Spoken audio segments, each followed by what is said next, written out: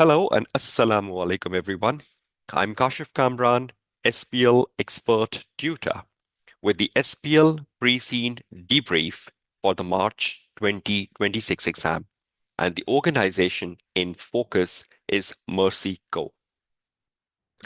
Now, this time, the pre-scene debrief for the March 2026 exam sitting has been focused on a magazine sector and some very interesting information about how the magazine industry operates, including the organization Merceh has been given over the 10 pages of the pre-scene material released by the SPL examining team.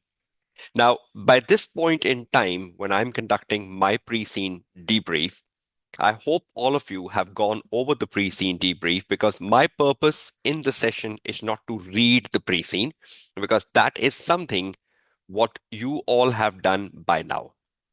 Now, my purpose is to share my analysis, my perspective, and my opinion on the 10 pages. Now, that's what the pre-scene debrief actually means. Now, you have information about Merceh, you have information about the magazine industry, which is shared with you by the examining team, and you must have spent sufficient time on it by now and have prepared your summaries. Now, what I will be doing with you today. Number one, I would be talking about how to effectively use the pre-scene on the day of exam and would be looking into some sort of myths, misconceptions versus reality. Number two, I'll be sharing my helicopter view, the 2 pages summary, which will give you a quick glance of the 10 pages, and it will be easy to remember for exam. Now, each time I give a summarized version of pre-scene because there are 10 pages, and on those 10 pages, some information is vital and some information is critical, and that information needs to be captured in the helicopter view. Number three, I'll be talking about what's going through the Merceh director's mindset. What are they thinking for the next 5 years? What sort of strategic analysis are working in their mind? So we need to read the mind of the directors very well because it's a strategic business leader paper. So we need to think about that the present situation of Merceh is given, the present situation of the industry is given, but as a director, as a strategic business leader, we need to think about what's happening in the next 5 year, where we want to be in the next 5 year, and that is important for the students. And number five, the key articles, the key models, the key theories. Where you need to spend time on, that would come as number four and number five. But when I will be covering number four, the key models and key theories, I will be focusing on some key decisions which the Merceh director has to take in on the day of exam, and key management actions, what sort of actions they have to take. So I will just broaden up the models and theories by involving the key decisions and key management actions. And I will be spending time on key articles, which you should be exploring over the next week ahead of your exams for March 26. So let's open up our discussion first with how to effectively use the pre-scene, which you have read by now. Okay, so using the pre-scene on the day of exam. This structure of pre-scene was introduced from the September 2023 exams. And I think by now the student should become familiar what exactly they should do with the pre-scene on the day of exam. But there is still a gap between students and the examiner expectation. Let's see how we can overcome that. Exam day and the pre-scene information, clearing up myths versus facts. You have by now absorbed the pre-scene. I hope you agree. And is now familiar with the magazine industry and in particular the Merceh. So by this point in time, you're all ready set. You have all absorbed the magazine industry and you've all absorbed the organization Merceh. So you have a familiarity. You must have made your own summaries by now. going over it daily as this familiarity positively impact on the day of exam. We'll see how this familiarity positively impact on the day of exam, but each day you are building it. And I am doing my analysis today, so you still have a week after my analysis to further build up your familiarity and your perspective around the pre-scene.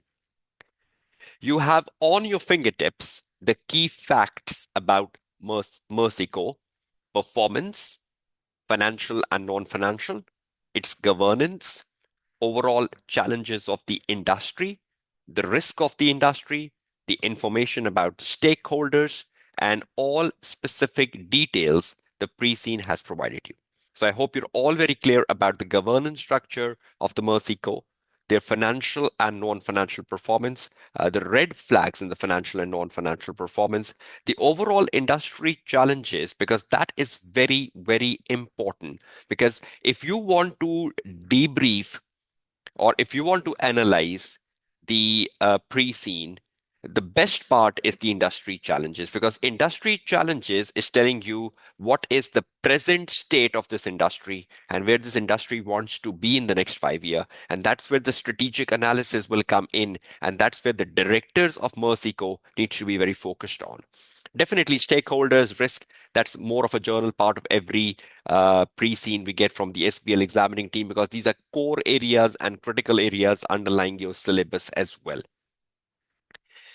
When reading through the exhibits on the day of exam, which I say unseen, so the unseen exhibits on the day of exam and the task, you will have less difficulties in understanding them as you're familiar with the jargons, the terminologies. So when you're reading something about the Mercy Co on the day of exam, it will be easily understood because you have a lot of familiarity with terms, structure, how the industry is being run, what are problems, what are issues. So reading it on the day of exam will take less time. So the unseen exhibits on the day of exam, the four of them, the understanding factor would be on the higher side, and that's the positive impact, right, of the pre-scene, and that's the positive impact of the pre-scene you take to the day of exam.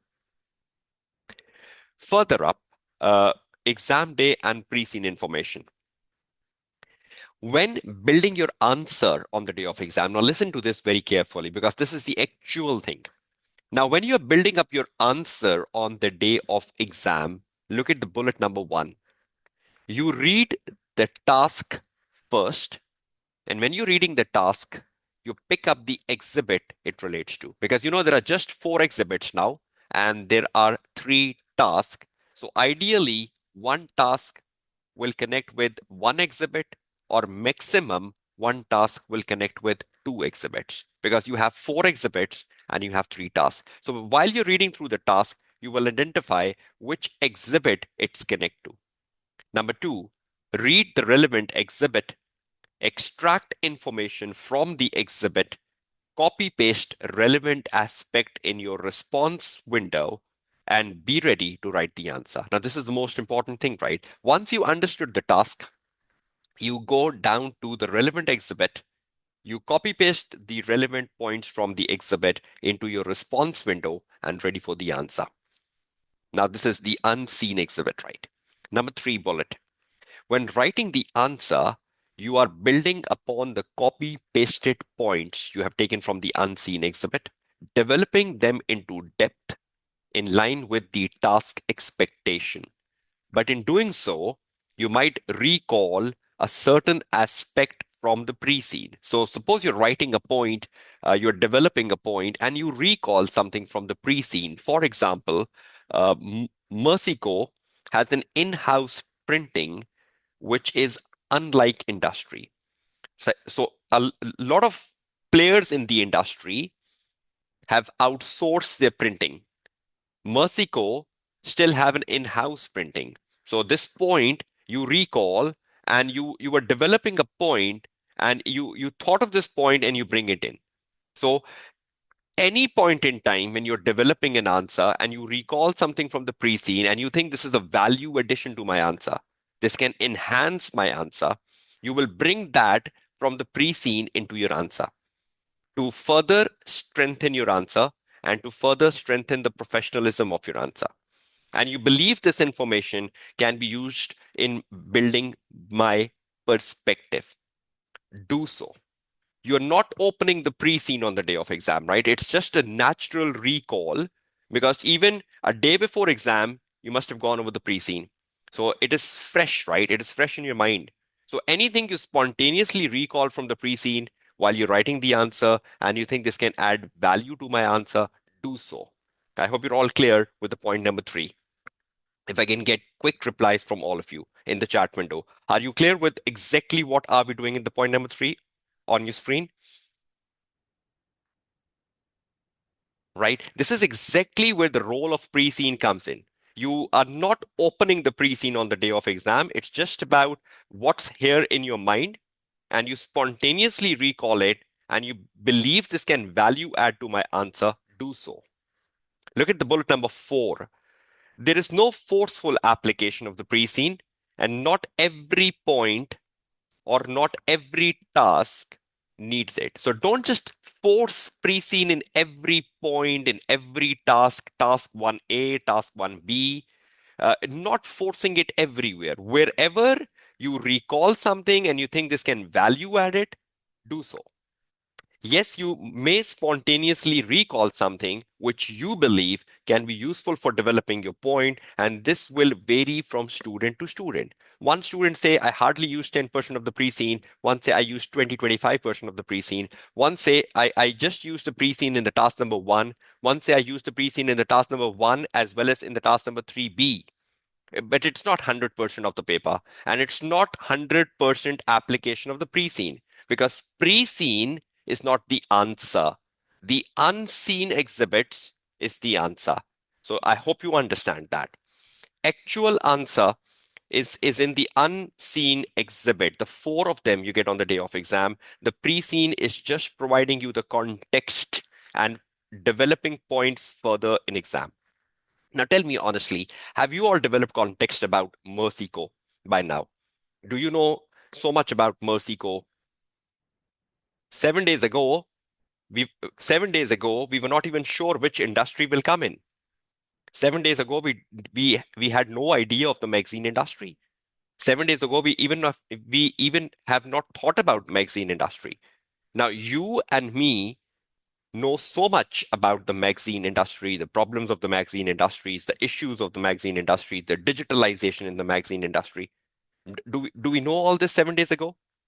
Do we know about magazine industry 7 days ago? Do any one of us take interest in the magazine industry 7 days ago? Now see our interest, see the information we have, see the amount of interest we are taking in. Isn't this the familiarity? Isn't this the context now? Now all of us know about it. So this is what you need to understand. This is the beauty of the pre-scene. This is the beauty of this analysis which comes 14 days before the exam, and you utilize it on the day of exam. Okay, let's move further now from the utilization of the pre-scene, which is important, to the main agenda of the session today, the debrief of the pre-scene. Okay, now, I'll come to the key models and theories, but let me first do the pre-scene debrief, and then after that, you will understand the key models and theories, and you will understand all this perspective that why I have chosen these key models and theories. Just let's go back to the pre-scene analysis. Okay, a quick glance of the pre-scene actually before I tell you what I have done. I read the pre-scene at least 2 times. And while I was reading the pre-scene, we know some information is like miscellaneous information, which is of no value, but that is written to structure the pre-scene. Now, some information in the pre-scene is of importance, particularly when you compare the industry with Merceh. And some informations are important because you start thinking about that there is a possibility that the examining team might ask something in line with this in the real exam. So I read it twice to make my summary.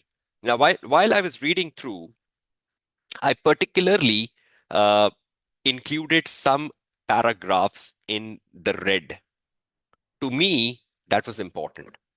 Now, why I included these paragraphs in red, if you look at the first one on your screen, about products, it tells us that the magazines which are published in Darland includes leisure activities, uh, home, lifestyles, sports, hobbies, computers, motoring,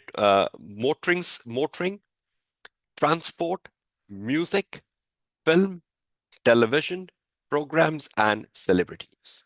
Now, if you read through the types of magazines which Mercey is publishing, they include they are more into home and lifestyle, and probably they have recently entered into sports.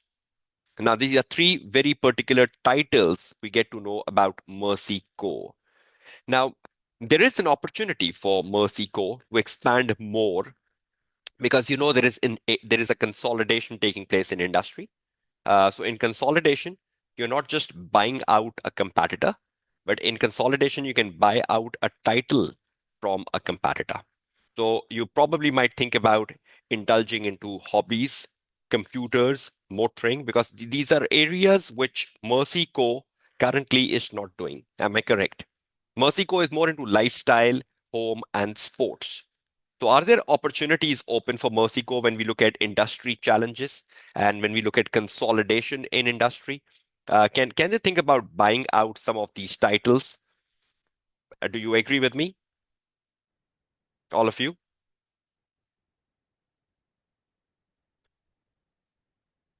Right. So is there a space? Look at the number of titles on your screen currently, and three specific titles are given for Mercey. So you need to be very particular about it, right?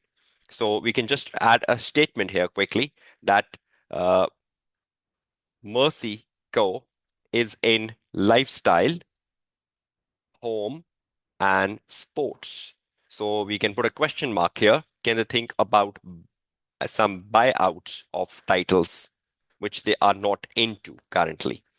Okay, you move further, and definitely we know the print side is declining, the digital side is rising, and the examining team has told us about what sort of digital content is taking place in the industry.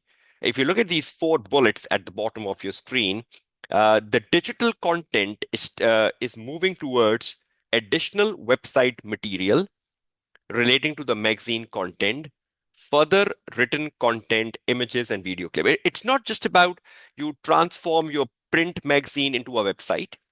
It's about putting extra content. So it's not like I have a print edition and I copy paste the print edition on the website. No, I should do something further on my digital site, like further written content, images, and video clips, email newsletters, podcasts. We know podcasts are becoming popular in the last 2 years, and so you know how big podcast industry has become itself.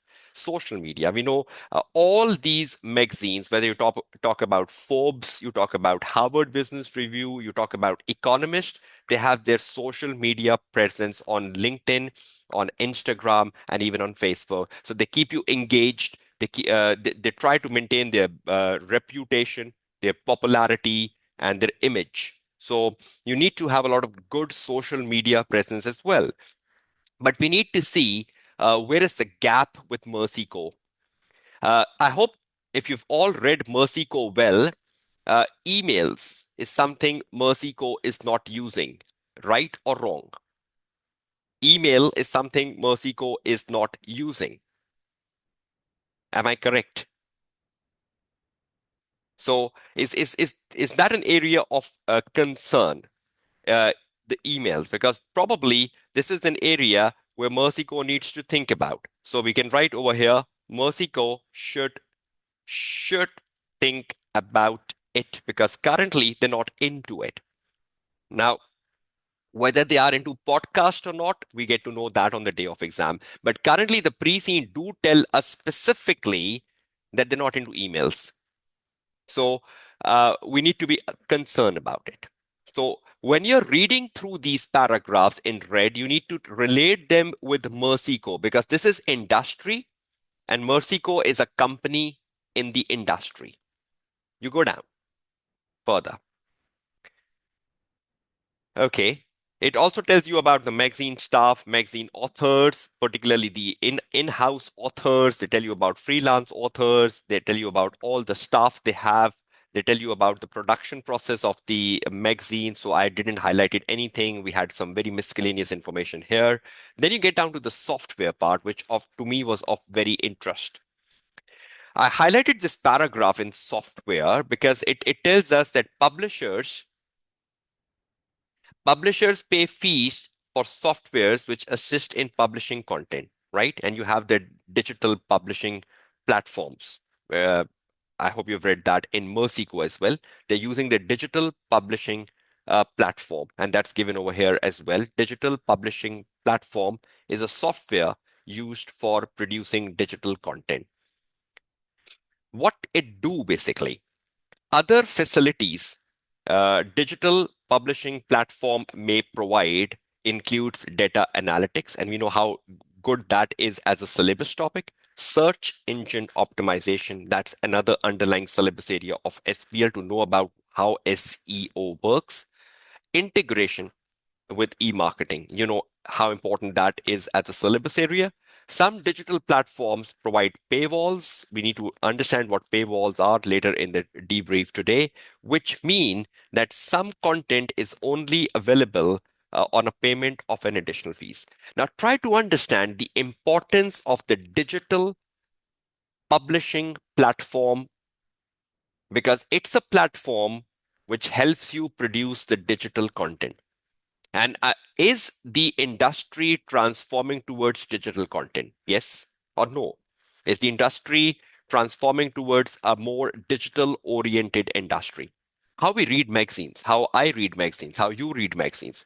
I don't know when last time I brought a physical magazine.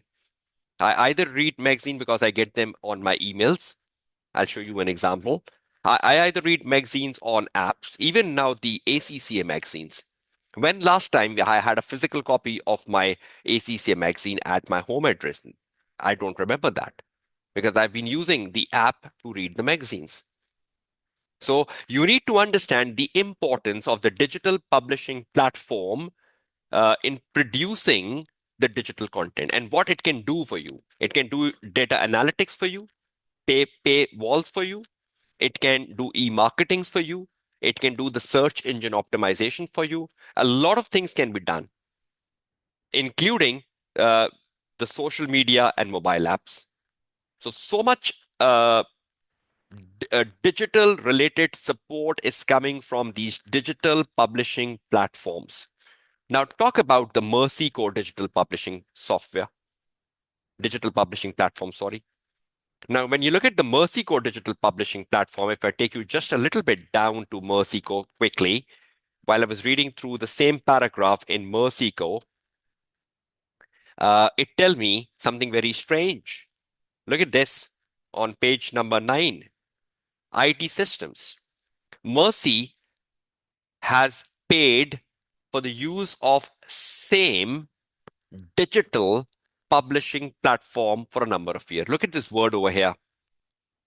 Look at this word here, same. So that means they're using it for a very long time. The same one for the last many years. We don't know how long, but for last many years, they're using the same one. And then you go down and it says the platform which Mercey is using offer customization of the print-based magazine. So that's something very easy. You're customizing the print-based magazine for the website. Incorporation of images and some data analytic facility. Look at this word examining team is using very carefully here. Some data analytics facilities. To me, this is a question mark. Some. If you understand the word some, that means it's not fully capable of data analytic facility, which the competitor might be using. And you're using the same for the number of years. So we have no idea whether this digital publishing platform is offering you a search engine optimization, whether this is offering you e-marketing, whether this is offering you some mobile apps. or whether this is offering you the higher side of the data analytic facility, because it's offering you some. So is there a gap between the digital publishing platform Mercey is using versus the industry? Tell me, is there a gap between the digital publishing platform being used by Mercey and company versus what we read in the industry? And if there is a gap, what is going through the director mindset? If digital first is where the industry is going, is there a need to update the digital publishing platform? Is there a need to upgrade the digital publishing platform urgently? Because that's the main competition in the industry. We are not competing on the print side, right? We're competing on the digital side. So do you find any relevance of this information to the information I was reading from the industry? So you need to find the red flags. And I spent 2 days to find the red flags between what is happening in the industry and what Mercey is doing. So the digital publishing platform for Mercey is quite outdated.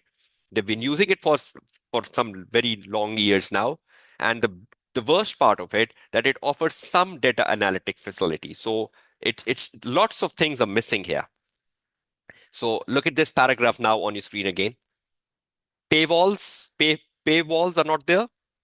Uh, e-marketing, search engine optimizations, these are all missing elements, right?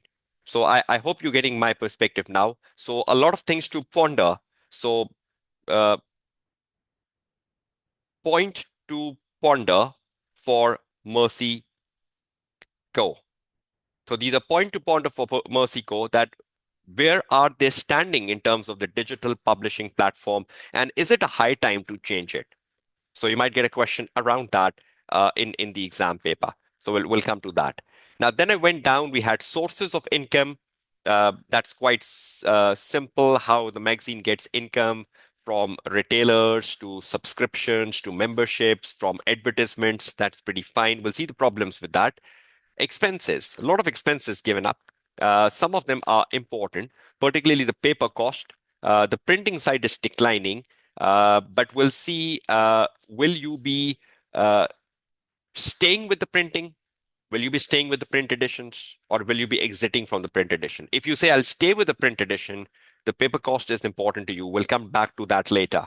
Employee salaries are important because you have a lot of employees like in-house authors, which are very important, editors in chief, the design staff, the marketing staff, the advertising staff. They're all very important staff. So we need to be a bit concerned about it. And we know Mercey company put a very strong emphasis on employee well-being. They put a very strong emphasis on the support they give to the employees. So employee salaries is another very concerned area. Technology running cost, considering they need to upgrade their digital publishing platform. They're already paying a price for the digital publishing platform. But if they incorporate extra features, do we see a rising trend in the technology running cost for Mercey in the next couple of years? If they add on the SEO, if they add on the e-marketing, if they add on other features to the digital publishing platform, will they be paying more fees than what they're paying in present? And office premises cost. I'm a bit concerned here because it says Mercey has 8 divisions. To me, that is a very wide organizational structure. Why have they kept 8 divisions? I'll come to that shortly. But they need some structural changes in organization, considering there is a decline in profit margins, there is a decline in revenue. They need to seriously think about cutting the 8 divisions to few divisions because their organizational structure is adding extra cost to them. So to me, these are concerned areas, and we'll keep moving on around them later. Industry body, fine, we have a regulator, an MSA, stakeholders, that's pretty common information in SPL. Industry challenges is extremely important. Now, these are all industry challenges which you should be very well versed with. And I hope you all know there are 4 industry challenges we're going through. Number 1 industry challenge is the decline in the print editions. Number 1. Number 2, concern over quality. The readers believe a lot of magazines are putting the content in their magazine, which is freely available online. So why will they buy your magazine? Why will they read your magazine? If I'm reading something in Bloomberg, which I find over Google, why would I pay a subscription for Bloomberg? Number three, the advertising income is going down. But have you seen Mercey Co advertising income graph on the page number 10? Advertising income is going down, but have you seen Mercey Co advertising income graph on the page number 10? Is it showing a rising trend or a declining trend? Is it showing a rising trend or a declining trend? A rising trend, right? So is that good for Mercey Co? And why it's rising? Because of the advertising in the print edition or because of the advertising in the digital site, digital edition? Why the advertising is rising for Mercey Co? Because of the advertisement in the print edition or because of the advertisement in the digital format? The print edition is declining, right? Print edition is declining, so definitely the advertising income coming from the print edition will be going down. It's logically coming from digital. But do we know what exactly they're doing for marketing? No. So can we get some extra information on the day of exam, what marketing activities Mercey Co is doing? Why their revenue is rising from advertising? Can we get some more information, more clarity on the day of exam about it? Okay. And lastly, consolidation. Industry is consolidating. A lot of takeovers, a lot of acquisitions, a lot of buyouts. So can Mercey Co think about a potential acquisition? Mercey Co is among the top five in the industry, right? It's not the first one. They're among the top five, which holds 50% of the market share. But what about the remaining 50%? That means in the remaining 50%, there are a lot of small magazine companies. So can Mercey Co think about acquiring another magazine publisher?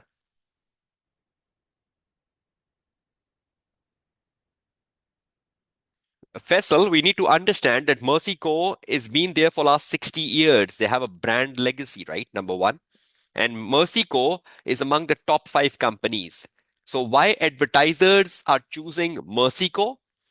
Because Mercey Co has a legacy, right? Mercey Co is a 60-year-old company. They have a strong brand reputation and they are running over 300 magazine titles. Are you clear with that, Faisal? So you need to understand their culture, you need to understand their legacy as an organization. It's a 60-year-old company and is among the top five. So my question was, before I went to the Faisal question, um, is there a need for a potential acquisition by Mercey Co company of another company, another magazine publishing company? 50% share is being held by the top five. And what about the remaining 50%? That's held by many, many small magazine publishers. So is there a need for an acquisition? Yes, probably on the day of exam. Can they buy out a title of a magazine like hobbies, celebrities, because they're not into it? Interestingly, I was doing a research over the Google that what are top five trends in the magazine industry. And the information I got was that a lot of readers are taking interest in hobbies title. And hobbies is given in your pre-scene as well. But hobbies is an area which Mercey Co is not into. Can they think about a buyout of a hobby title? Because a lot of readers in the global trends in the magazine industry are taking interest in magazines which have a title around hobbies, like gardening or something like that, cooking. So can they think about indulging into that? So hobbies is an area which they can think about buying out.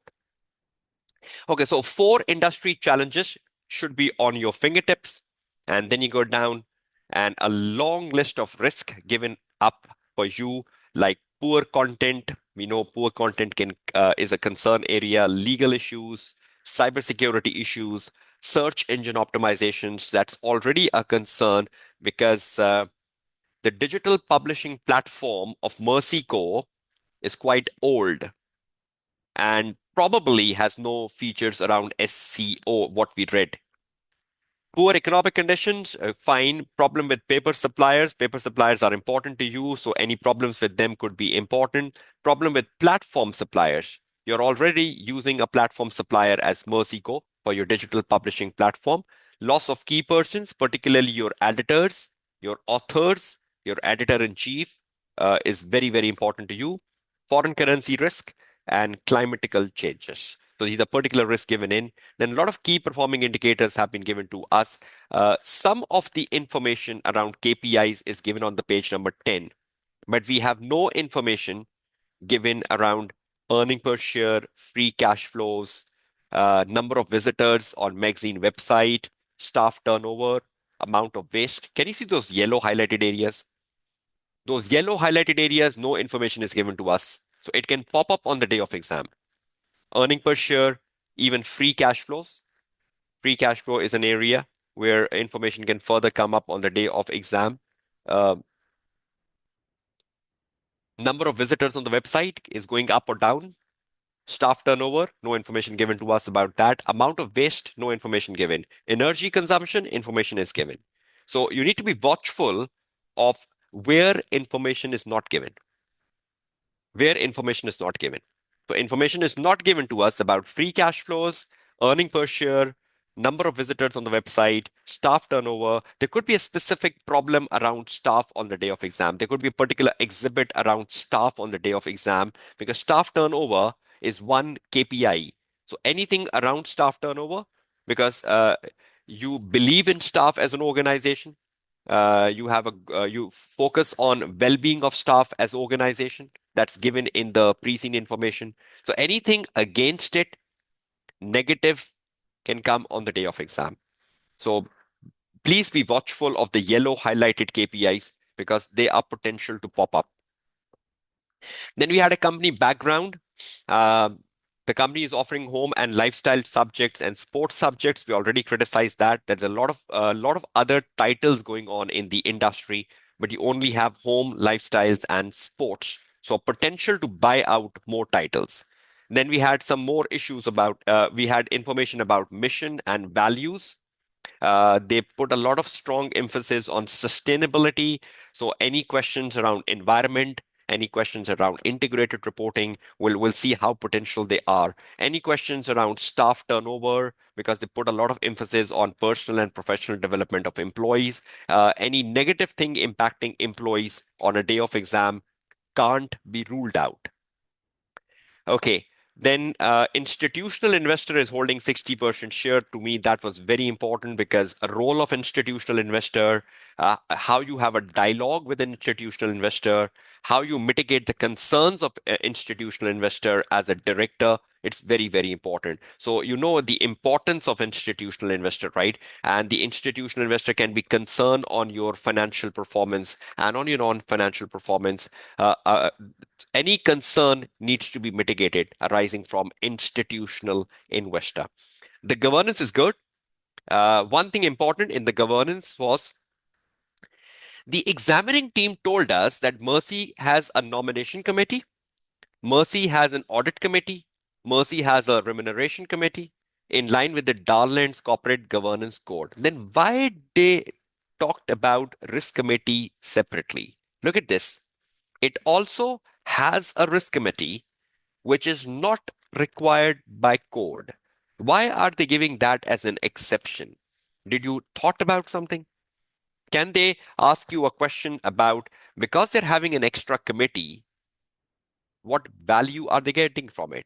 Is the risk committee helping them with risk mitigation, role of risk committee, importance of risk committee, benefit of a risk committee? Because it's not required by the code. You have kept it on the voluntary basis.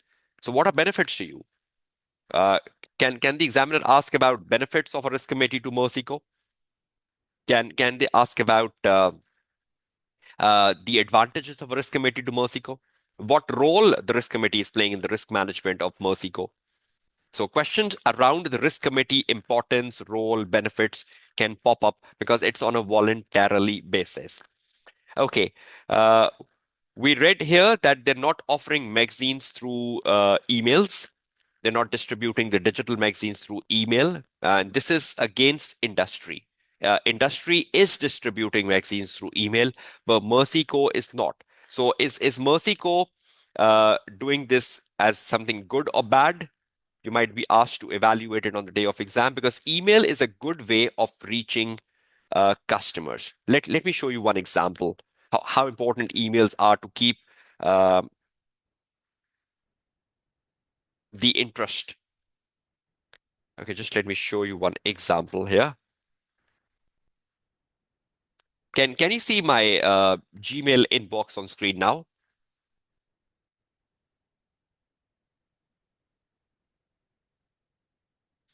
Right, because I have a sort of a subscription to Bloomberg. So see, they keep emailing me. Just 5 hours ago, they emailed me where to invest $1 million right now. Now, some sort of these things keeps your interest with the magazine, and you if you have an interest in this title, you will click and read it. Now, Bloomberg is sending me where to invest a $1 million right now because that's their latest article, and they're giving me a sneak preview of it. They're giving me a small summary of it. But if I want to read it in full, I'll definitely click on the link where to invest $1 million. The moment I click on this link here, a page will open up and it will tell me about where to invest $1 million. But look at this. The moment the page loads where to invest $1 million, look at this coming at the bottom of the screen now. Can you just read at the bottom of the screen what's coming up? Save now with a special offer. Get unlimited access for just $1 and just like $2 your first month. Unlock the global benchmark for business news. So this is how you can earn. So even you can use email as a marketing. You can use email to run your digital versions. You can give a sneak preview of your digital versions. So if anyone is interested in investing $1 million and he likes the title, he will click on it. And the moment he wants to read this news about where to invest $1 million, he says, to read this, you just need to pay $2 for your first month. That's not a big amount. If you want to invest $1 million, that's not a big amount. So see how emails are being used by Bloomberg to catch your attention, putting subject matters in focus. You have to do a lot of data analytics where your customers are taking interest in. What sort of emails we should send to the customers, which they will open and read. So I think a lot of data analytics will come from the digital publishing platform. You need to read the mindsets of your readers. What sort of titles are they interested in, and setting and sending the emails on the right titles to them, and then prompting them to pay. So can you use the right titles to the right readers from emails and then prompt them to pay? Yes, and they can further use the paywalls, right? Heathery, this is one example of a paywall in right in front of you as well, right? At the bottom of the screen in black. So is email productive? Are you understanding if Mercico is not using email and if Bloomberg is using emails, who is at more advantageous position? Bloomberg or Mercico? So if I take interest in $1 million investment, will I be paying $2 to Bloomberg immediately? Will they earn revenue? And how many people will pay $2? Because so many people will take interest into where to spend $1 million. So do you realize the importance of this statement, which we were reading on the screen here? Look at this statement. Mercico does not offer digital version of its magazine distributed by email. Now, in the exam, if you get to write something, can you think about the Bloomberg example I've shown you? So you also need to have a data analytics, right, when you send an email, because you need to think about which I'm sending email to whom. Does that person take interest in which subjects? So if I get an email which is customized to my needs, I will take more interest. Good. Okay. Then you go down. One thing very interesting we found in the pre-scene was the paragraph in yellow on the screen. This tells that most authors work in their office for just 2 weeks and work from home rest of the time. And interestingly, there was an article um, in the syllabus area E, which came a couple of months ago, that was impact of new technologies on organizational culture. Look at this happening here. They're just working 2 days physically, and for the rest of the time they sit back home, relax, and do work from home. Is it how the technologies are impacting the organizational cultures? We know authors are using AIs. Authors are using AI to create their content. Authors are intelligently using AIs uh, to create their content. They proofread it, they edit it, they revise it, and then they publish the content. But yes, we know there is an ethical side of using AI. You need to mention that you have used AI, or you need to rephrase it. You need to intelligently use the information from AI in a more productive manner. But you're working from home. So is it impact of the new technologies on organizational culture as a very important article? Some authors will spend time out of the office gathering material for magazines. For example, authors on sports magazine attending the sports fixture. Other staff are required to be in the office on varying number of days. So are all employees working 5 days a week? No. None of them is working 5 days a week. So impact of new technologies on organizational culture, how the mobile technology, how the AIs, how the technologies are impacting your work from home culture. So be alert for that. Okay. Then another information in red, Mercey does have an in-house printing function, which is unlike the industry. Why is Mercey having in-house printing function while the rest of the industry has outsourced it? Can we get a decision making around to outsource the printing? Directors are thinking to outsource the printing. The pros and cons, what are benefits, what are disadvantages of outsourcing the printing function? Because the print sales is on the decline. So how long will you hold the printing in-house? Because if you're holding printing in-house, you're incurring a lot of cost. You're incurring a lot of administrative cost, a lot of operational cost of holding the printing in-house. So is it wise to outsource it on the day of exam? You get some information in the exhibit, but that is important too. Then you go down, we talked about the ID system already, that the ID system, the digital publishing platform being used by Mercey seems a bit outdated. They need to rethink about investing into some new features, which we talked about earlier. So I'm not repeating. Then we have a website extract. The website extract tells us something very positive. Um, they are committed to countering the threats of misinformation and fake news. So they're very they have a very strong statement on that. We reward strong performance, so they're very strong into the well-being of the staff. So anything against well-being can come in. Any misinformation or fake news on the day of exam can come in, which badly affects the reputation of Mercey. Anything against the employees can come in on the day of exam, which badly affects the staff turnover. Stakeholder engagement. They believe we deal with stakeholders very actively. We have a dialogue with stakeholder very effectively, particularly the role of institutional investor as a stakeholder and how much you listen is very important. Social and environmental impact. Look at the last point of social and environmental impact, where I believe something around integrated reporting will pop up. Look at this last line here. Let me color this in red for you. Look at this last line in red on social environmental commitments. We are also committed to developing transparent reporting, committed to developing.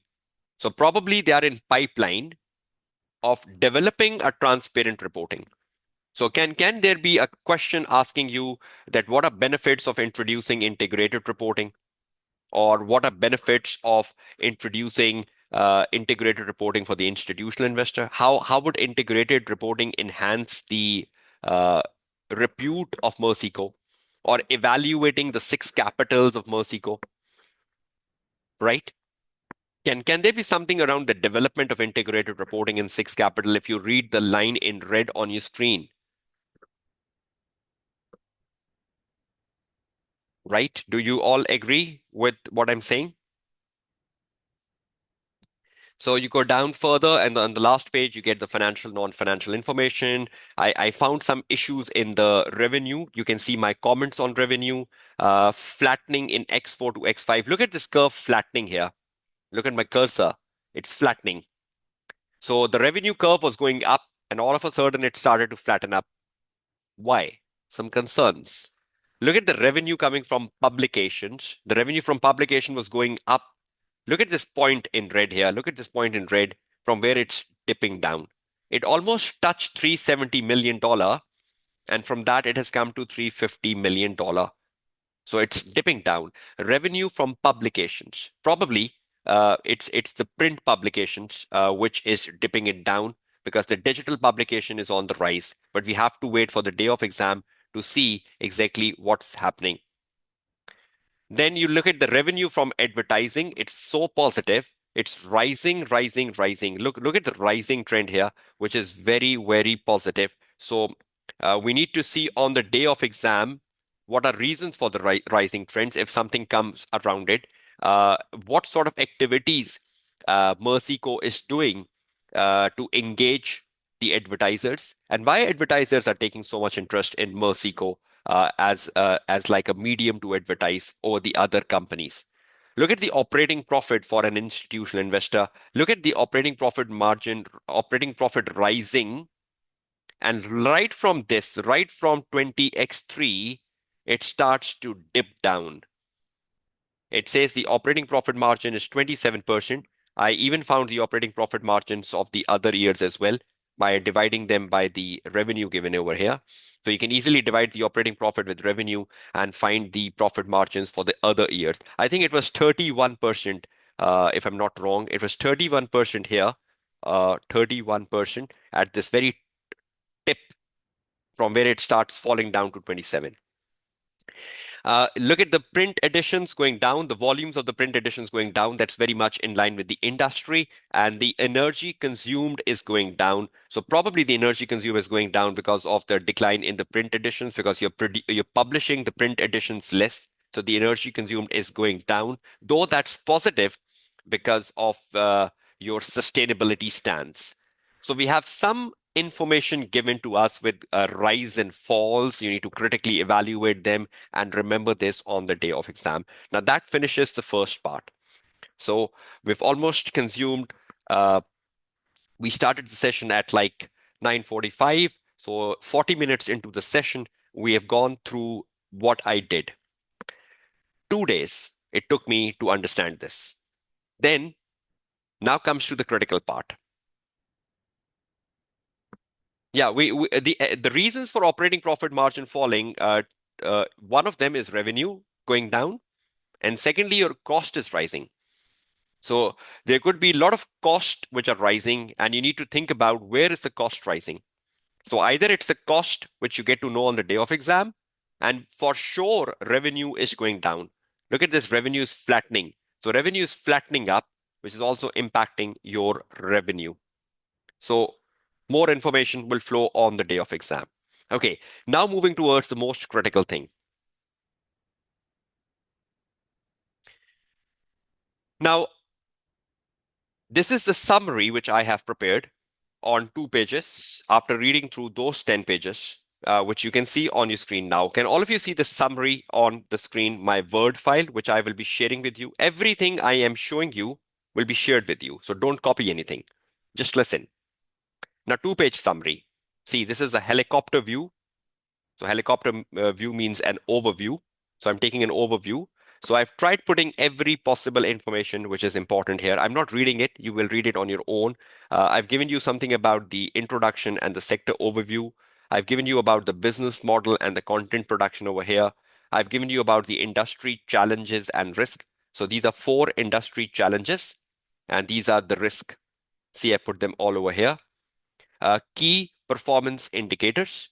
Performance against these KPIs is not given in the pre-scene and can pop up on the day of exam. Which KPIs, the performance against which KPIs are not given on the page number 10. Split of publication. between revenue, split of publication revenue between income and print magazine. We have been shown that the publication revenue is going down, but we have not been given the breakup between print and digital. Free cash flows, not given. Earning per share, not given. Number of subscribers for print-based and digitals, not given. Number of visitors on the website, not given. Staff turnover, not given. Environmental impact, amount of waste is not given. So look at these KPIs. They can become potential in an exhibit on a day of exam. We might get to know the amount of waste. We might get to know about the staff turnover. We might get to know about earning per share, free cash flows, etc. on the day of exam. So be prepared for it. You go down, Mercey Co. Uh, every important information about Mercey Co has been given, whichever I've discussed with you. Organizational structure, the company has 8 divisions. That 8 division is also a concern point. We'll talk about it later. Content production and digital strategy. What sort of content production Mercey Co has in place and how they involve in their digital publication. All is given over here. Even we talked about Mercey Co does not distribute by email. Even we talked about that the printing is in-house. Everything has been given here. Technology, what sort of technology are they using? I've talked about the digital publishing platform over here. Stakeholder and social responsibility, what sort of stakeholders they have. I've mentioned the stakeholders over here and what sort of social responsibility they have. I put it here. Look at the results. I have summarized the results for you. Overall revenue, there is a flattening of curve in X4 and X5. Revenue from publication is down by 5.4% over X4 and F5. I've calculated that percentage myself. Uh, operating profit margin was at 31% in X3. I calculated that, but it has now fallen to 27%. So a concerning point for institutional investor. Why? The directors have to think about reasons on the day of exam. You have to think about the reasons on the day of exam. Probably you need to do some cost cuttings. Print edition sales, uh, number of copies, the number of copies of the print edition, it was 3.9 million copies in X1. It's now 3.2 million. So they're falling down from 3.9 to 3.2.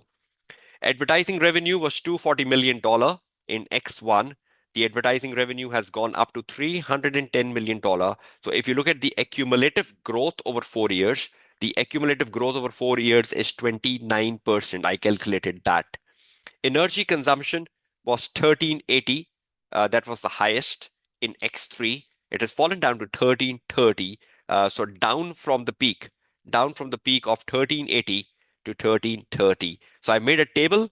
I hope that will be easier for you to learn. And then I've given a summary. This is my summary.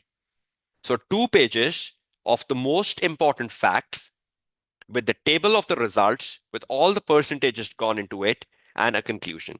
Now, if you keep these 2 pages on your table, take a printout, read through these 2 pages, you will recall every important information which I have gone over the pre-scene in the last 40 minutes. Is that clear to all of you? Will this be beneficial? I'm not reading and wasting time on it because this is all what you must be knowing. It's just about summarizing it and absorbing it into your mindset. Okay, now go further. What else you're getting? After the summary of 2 pages comes the most important thing. Now, this is where I would at least spend 20 minutes of my session. What's going through Mercey's director's mindset based on the pre-scene information? Strategic analysis, where we want to be and how to get there. We have read the pre-scene in the 45 minutes. We know the problems, we know the issues, you're well familiar with them even before the session started today. But what is going through the director mindset? Let's see a summary. Look at this. If you are a director of Mercey Co, the very first thing which is going through your mindset is decline in the print market. Number one. That's the challenge for the whole industry. If there is a decline in the print market, what should I do? What strategy should I have for the decline in print market? Should I let it fall down? Should I exit? Should I support the print market? What are global trends in the print edition? What are competitors doing for print editions? Something like that. In-house printing versus decline in sales. Should I outsource my in-house printing? Should I outsource my in-house printing? Cost cuttings. Where to cut my cost? Because a lot of cost must be going around the print market. Where to cut cost? Can I just think about areas? I'm just giving you a mind map, and then I go deep inside it.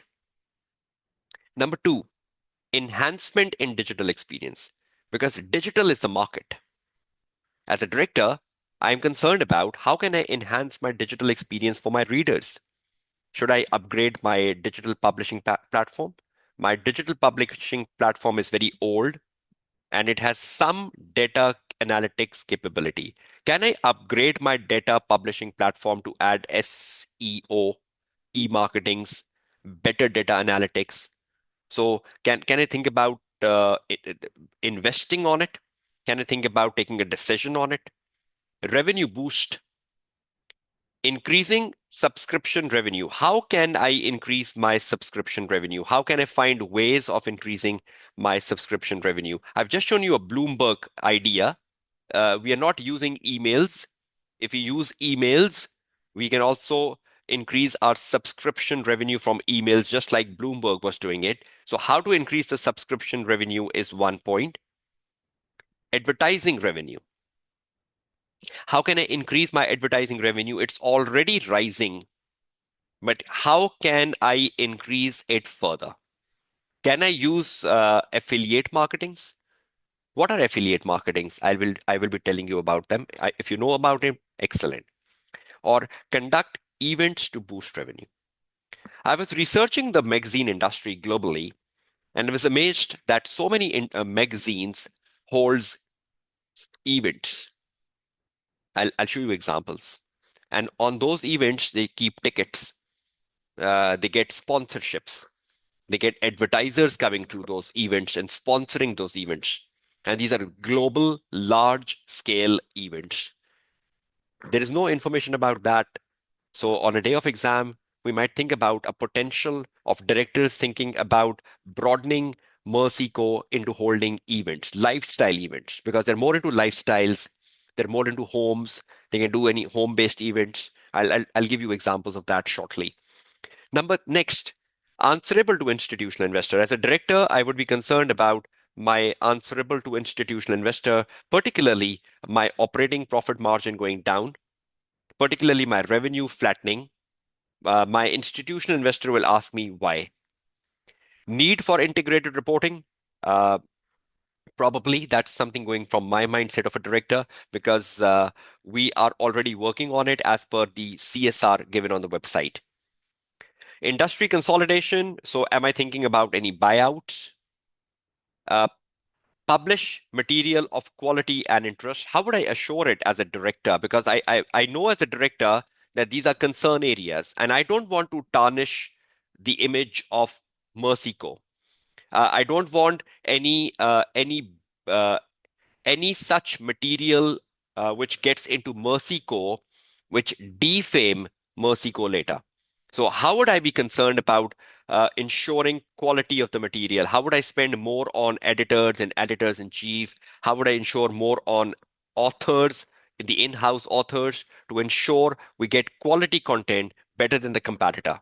And finally, changes in organizational structure. We are running 8 divisions. Is there a need to reorganize the 8 divisions, bring them down to 2 or 3? Because 8 division means a lot of running cost, a lot of administration cost, and could be one of the reason your operating profit margin is going down. So 8 divisions, you need to rethink about consolidating them, bringing them down. Your print market is already going down, so any division associated with print market, you can consolidate them. You can consolidate divisions in some way, uh, which can bring efficiency, yet the administrative cost goes down. Now, this what I believed is going through the director mindset at the moment. Let's talk about each one of them quickly. I'll be taking your questions shortly. Now, when I talked about the director mindset, I tried splitting the print market and the digital market into a BCG matrix. And I concluded that the print edition, because you have a 60-year legacy and you started from print. You started from print, right? The digital has started to come in the last 4 or 5 years, particularly. Print edition is either a cash cow or a dog. Why? You have a low market growth. You all agree there is a low market growth in print edition now. Declining industry, often high established market share for legacy brands like Merceh. Do you believe this is a declining industry, but Merceh having a 60 years of experience, they started from print, will have a high market share of this declining market in entire land? Agree or disagree?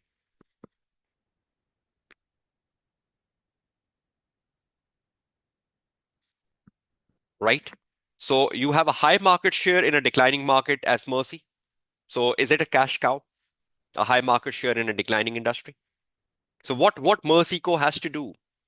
Milk the product, generate steady high margin revenue from loyal subscribers and advertisers, minimize new investment in print infrastructure or expansion. I will not be doing any new investments into print at all.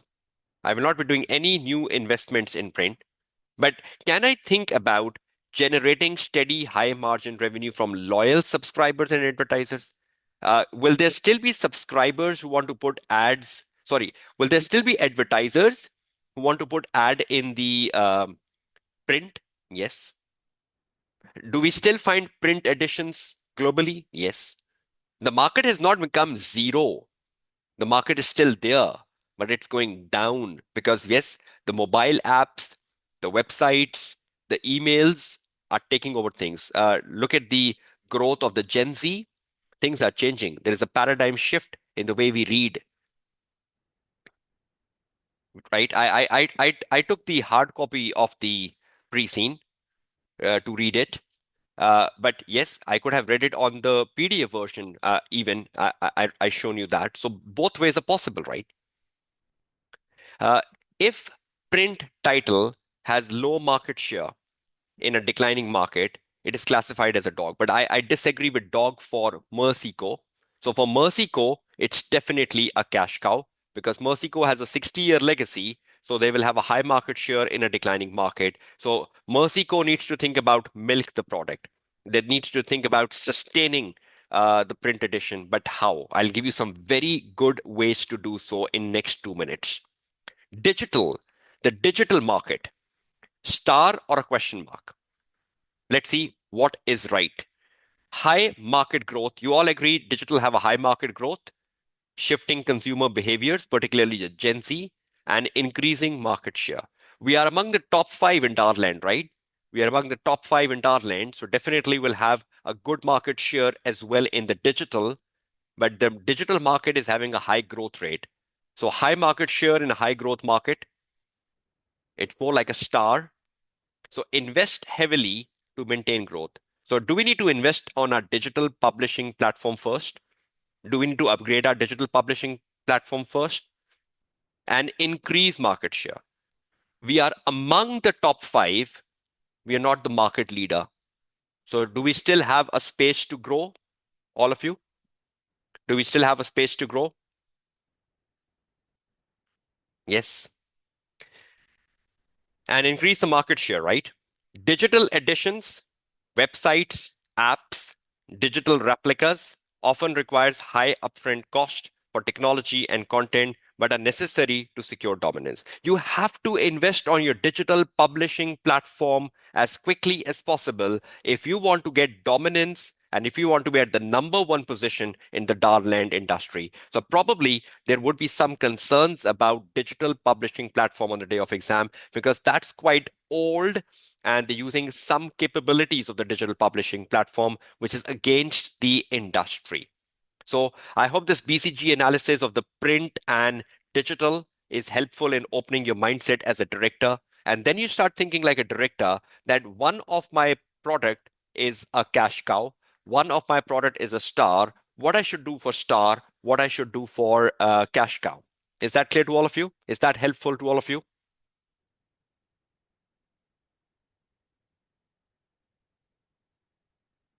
Okay, you move down then to the last part of this analysis. This is where I have converted the points I've shown you. How many points I've shown you up here? I've almost shown you points 8, 1 to 8. Can you see this mindset of the directors 1 to 8? Now we'll go in order, starting from number 1.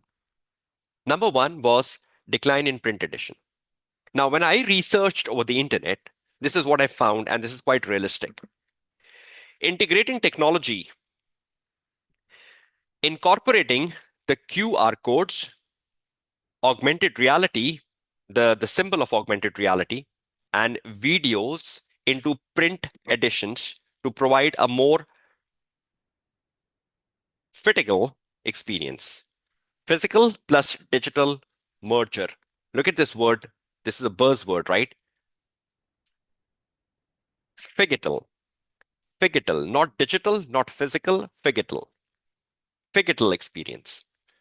Now, I have no idea whether you have seen the magazines, the print magazines, which now have an AR code on a picture or which now have a QR code on a picture, and you download the magazine app from a Play Store and you download the specific app from the Play Store the magazine is telling you, and you just scan the image from that app on a print edition, and it turns into an immersive view. So, the augmented reality is like a tool which helps you with that immersive view. So, the print edition starts looking like more digital with those immersive views. You can have 3D technology in your pictures in the print edition. You can have QR codes to get more information. So, a person can scan the QR code, a person can scan the AR code from a particular mobile app the magazine wants you to download, and then they can have an immersive view of the print edition. So that will enhance the people who are losing interest in the print site to come back to the print site. And a lot of magazines are doing it. Just let me show you an example here.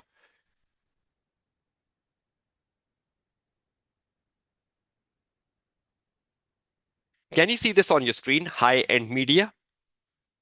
This is from Singapore. And there is a magazine in Singapore known as Crown. And there is a magazine in Singapore known as Billionaire Singapore. And look at this, what they're telling us here.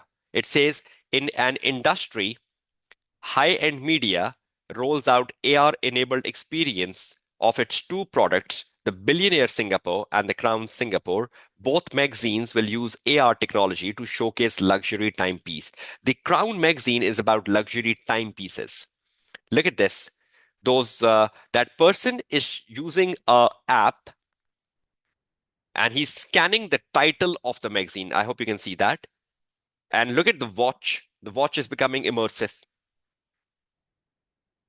So the picture will have an AR code. The the Crown Singapore will tell you which app to download. Then you will use that app and scan the magazine cover, and that will become immersive. So I probably believe this sync well with the Gen Z. So Gen Z can come back to the print edition as well because they need everything linked to technology. Are you all understanding this AR being used on print editions? There is a video on this as well. In this video, they tell us about how this is happening. I try playing it, see if it is visible to all of you. See luxury watchmaking come alive.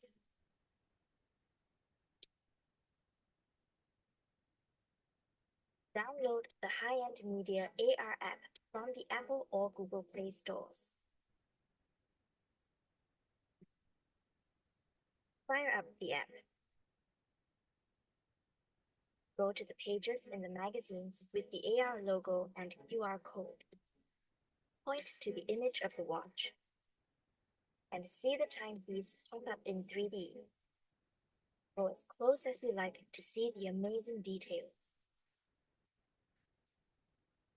Try on the watch and snap a picture to share on social media. Be the first in Asia to experience horology in 3D today. So is everyone getting this perspective? So can these be some things Mercey Co can bring into the print edition? Print edition sales are going down, but you can do something better, right? At the end of the day, as an organization to sustain the print edition, you have a 60-year legacy. You still have a good repute, and you can use these QR codes and AR technology to bring more immersive experience to your readers. So it's more about the phygital. So phygital can be a term you can use in exam paper as well. So they can have more of a phygital experience that's physical plus the digital experience. Redefining the print as a premium medium rather than a broad interest magazines are focusing on, you can focus on some niche interest. Make print edition a premium edition. Focus on niche market. Work on that niche market. There are so many CEOs, CFOs, directors, leaders who want to have these print magazines on their table. You walk into a CFO office, you will see magazine on their tables. Make it a premium model. Make it a model for those who like it, and try focusing on it as a niche market, a premium market.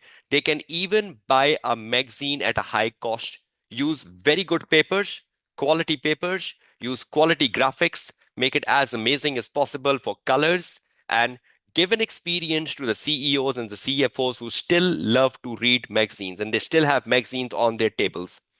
You go to the coffee shops, you do find magazines on the coffee shop tables.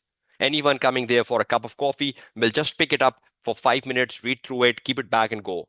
So you need to think about how trends are changing for the print market. It's not getting to the zero, but it's more about thinking it as a niche market, more about thinking it as a coffee table quality, and reducing the number of print issues per year. So if you are publishing a print magazine every month and you're having 12 editions in a year, make them four. Publish them every quarter. That will reduce your cost. So instead of having monthly print edition, you can have a quarterly print edition 4 times a year. That will reduce your cost. That will downsize your employees as well. That will downsize your staff cost as well. But at least make it look like a niche market, a premium market, a market which gives you a physical plus a digital experience. Try attracting the Gen Z towards that as well, and at least make it a coffee table quality. So if it is in a coffee shop, everyone will take interest in holding it up and reading it when they're sipping through the coffee. Is that clear to all of you? Decline in print markets and how things can work for Mercey. I just need to speed up my pace a little bit uh, to finish things off in time. Everyone clear?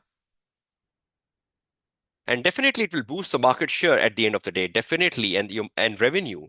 You will start getting better revenue from print editions as well, because at the end of the day, it's not a dying market, it's a declining market. Okay, move further. Outsourcing. Can we think about outsourcing our uh, in-house printing? So we have an in-house printing, right? Can we think about outsourcing it? I have written the benefits of it and I've written the trade-offs. I hope you can read it on your own, right? So if you want to if you want to read through what are benefits and trade-offs of outsourcing our in-house printing function, uh, just please read through it because it will be important for the day of exam. Okay, digital formats, number two. We know this is a growing market. This is a star. Now, being a star, what can we do further? Digital magazines in 2025 and 2026 will move from static replicas to immersive, personalized, and interactive formats. Now, even the digital formats are changing to more immersive. You can bring augmented realities to digital magazines as well. You can bring different tools can be used for enhancing the immersive experience of your magazines online. So the era is more about immersive, personalized and interactive formats driven by AI, mobile first design, and direct to consumer monetization. People in the digital world try to read magazine more on mobile. So you have to make it more mobile friendly, more immersive, and more direct to consumer monetization. We'll discuss this.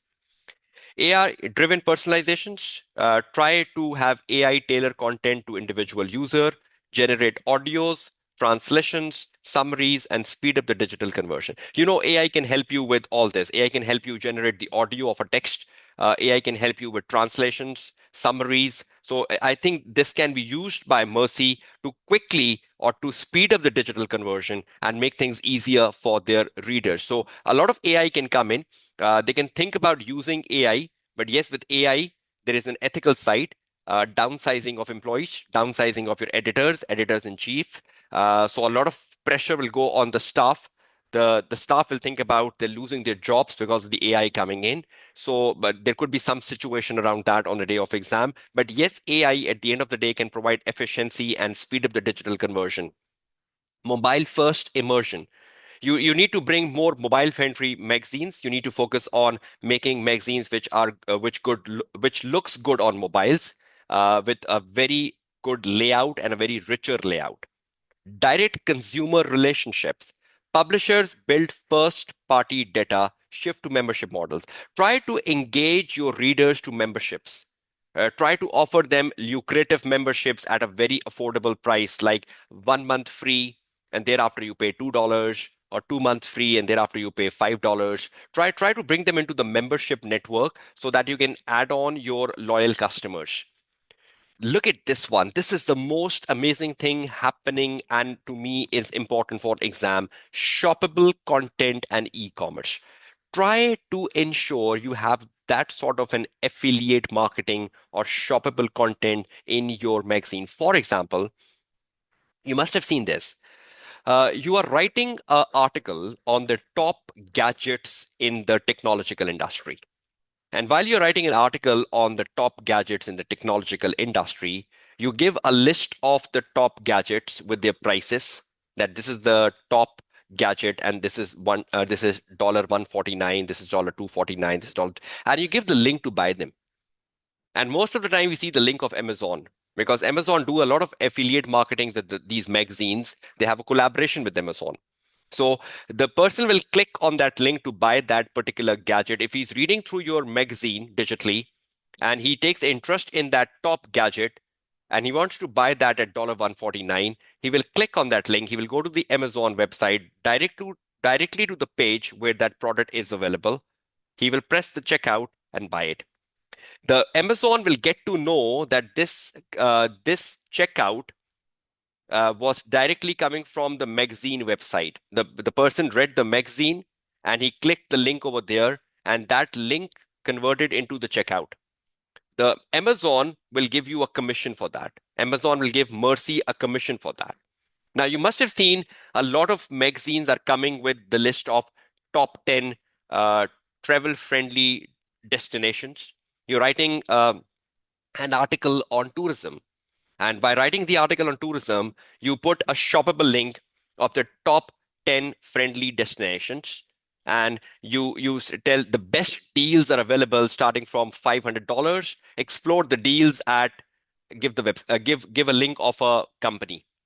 They will click on that company, go and get the best deal, and you get the commission. Are you understanding this? What I'm trying to say, all of you? Shoppable content in e-commerce. Trying linking your articles with shoppable links. And this is happening in reality, right? This is happening in reality. So you are covering a home magazine. Merceh is covering a home magazine, and they will tell top five coffee tables, where to buy the best coffee tables, where to uh, buy the best nesting tables, and you give the link of IKEA. And the person go on IKEA and buy the best nesting tables. But IKEA knows this link has been coming from Merceh. So IKEA will pay Merceh a commission on that sales. So that will also add to your revenue generation. So shoppable contents and e-commerce can help you get affiliate marketings. These affiliate marketings can get you commissions. The commission can boost up your income as a magazine. And this is happening in reality in the world. Is everyone clear with this?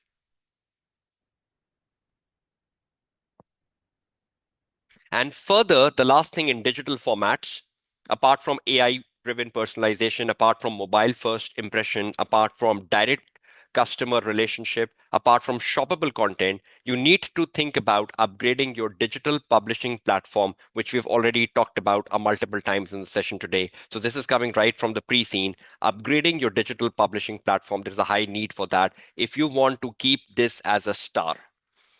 Search engine optimizations, I hope a lot of things needs to be done around it because your digital publishing platform currently is not offering you SEO, but if you upgrade it, will start offering you the search engine optimizations. I hope you have to keep the titles of your articles in the magazine with the buzzwords, with the most trending words. You need to know what are trending words today.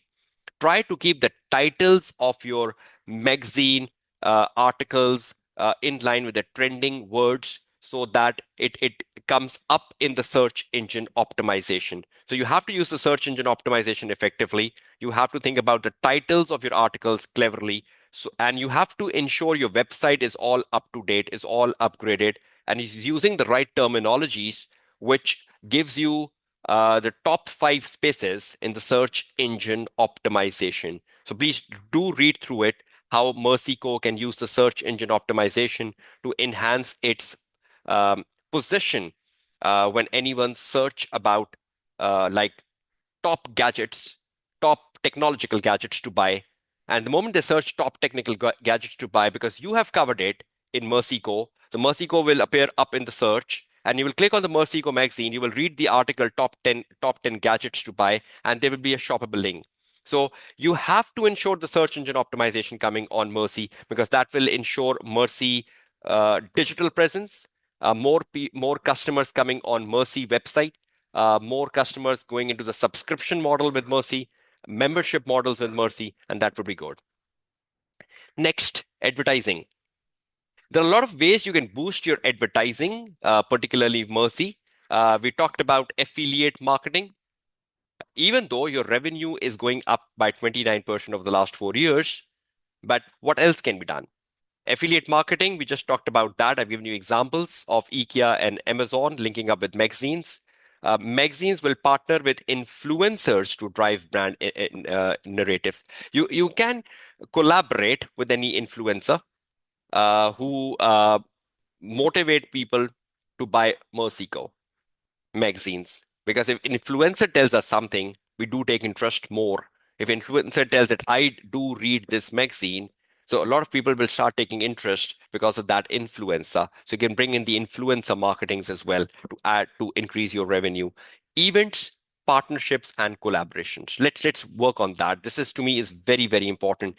Events, partnerships, and collaborations. This is the most important thing happening in the magazine industry and can pop up on the day of exam. Affiliate marketings, I'm not reading it. I've already given you examples. Please read it on your own. I've also given a hyperlink if you want to explore the hyperlink for affiliate marketing. Events. If you look at the events, major magazines like Forbes, Fortune, Harvard Business Review, and The Economist generate substantial revenue from events, with some earning up to 50% from these activities. This is a fact I got from Google. 50% revenue coming from events. Can this be a case for Merceh?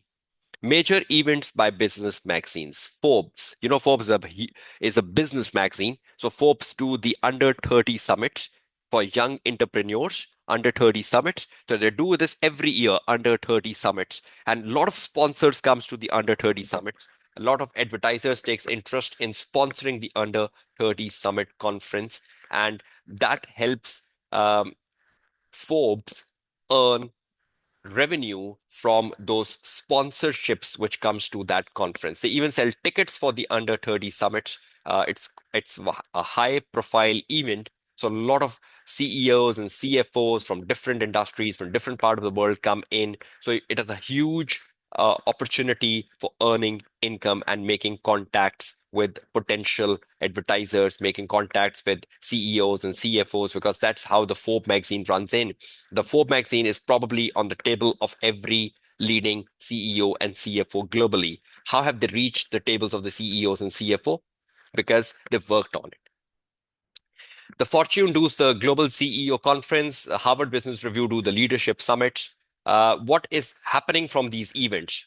Key strategic benefits for the magazine, key strategic benefits for Mercey, revenue diversification, reduce reliance on shrinking print ads. So if your print ads are going down, explore the events. The advertisers will come back. If you hold some lifestyle events, some home events, some sports events, because that's where Mercey is, you can bring a lot of advertisers to you. Brand authority, strengthen connection with top executives and audience. You will have a very strong connection with executives and audience. So Mercey needs to think about who can they connect with. They can increase their brand reputation and brand enhancement. Yes, it's a different form of a revenue stream, right? High growth potential. Live events and summits are highly regarded in the professional circles. Now, almost every magazine is holding some sort of events globally, particularly these top-notch magazines, Forbes, Fortune, Harvard Business Review, Economist. They have their conferences, which runs live every year. A lot of sponsors come in, a lot of advertisers come in, a lot of interest comes in, and that increase their sales, boost their sales and their market image. Events by the magazines. What you get? Sponsorship, right? You get ticket sales. So you will be selling tickets for the event. VIP packages. You give a lot of VIP packages to the larger organizations, like in the Forbes. A lot of companies takes interest coming in. A lot of top companies of the world takes interest in coming in. So they give you a VIP package for the company. Content creation. The event itself provide you a lot of content creation for your magazine. So if you're holding a under 30 summit, so in the next edition of Forbes, you will be covering the under 30 summit as your magazine cover. Data collection, you can collect a lot of data about the visitors who came to the conference, to the live event, and those can be used for email marketings. Those customers can be used for potential subscribers and members. So you can collect a lot of data of people coming to your events.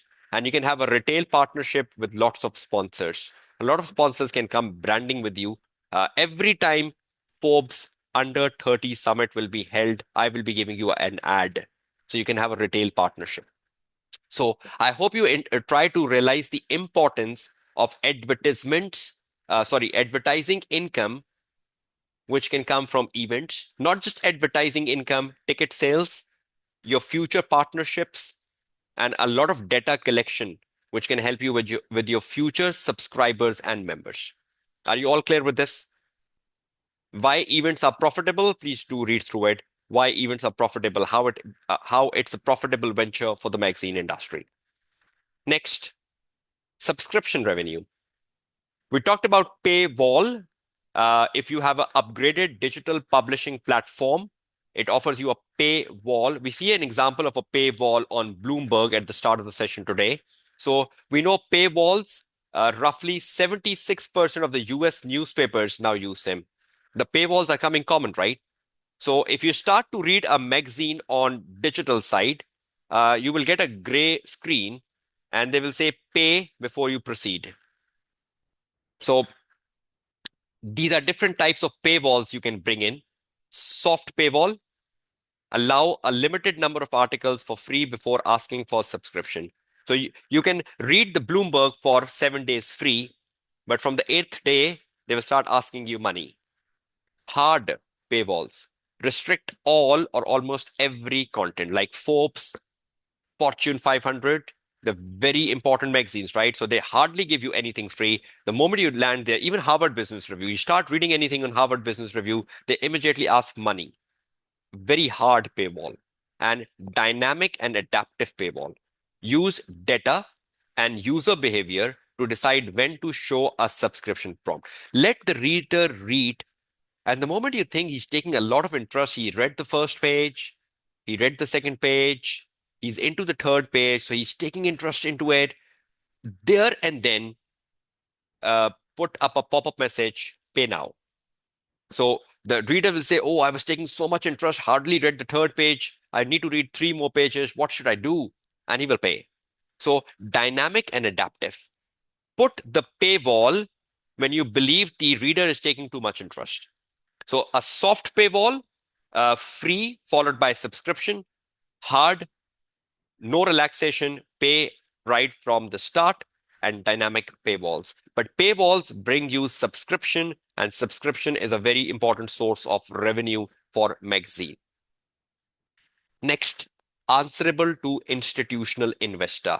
Institutional investor is holding 60% of your shareholding. Board is answerable to institutional investor.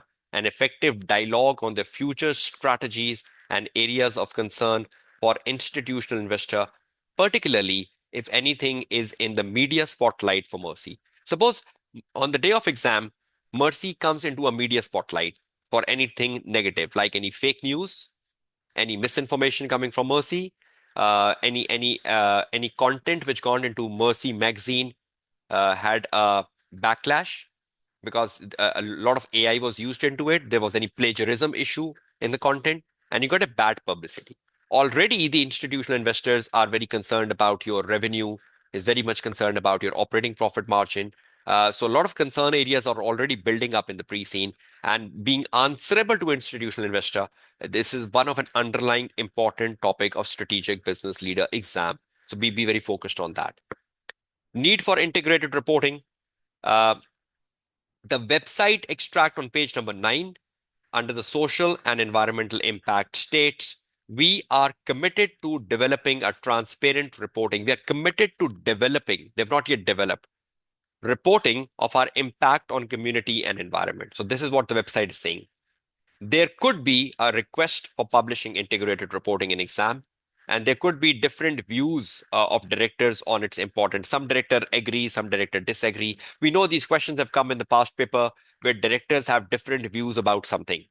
Students should be well versed with 6 capitals, the benefit and the purpose of integrated reporting, as this is a frequently tested topic in SBL. Industry consolidation on page number 5. The magazine industry is in a state of continuous consolidation, buyouts, and takeovers.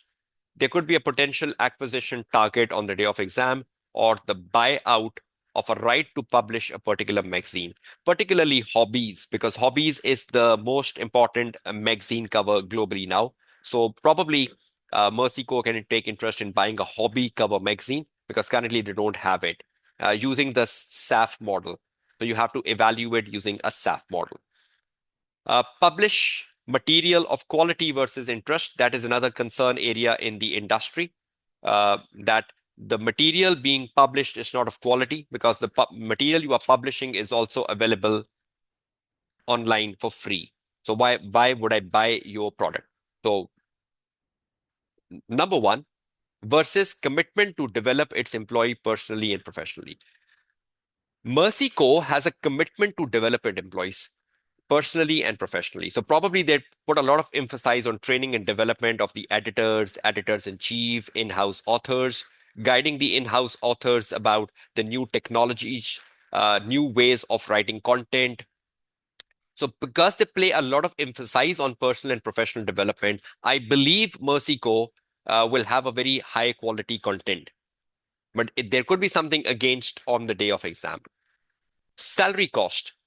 If you think about a quality content, the quality content will not come about without monetary benefits.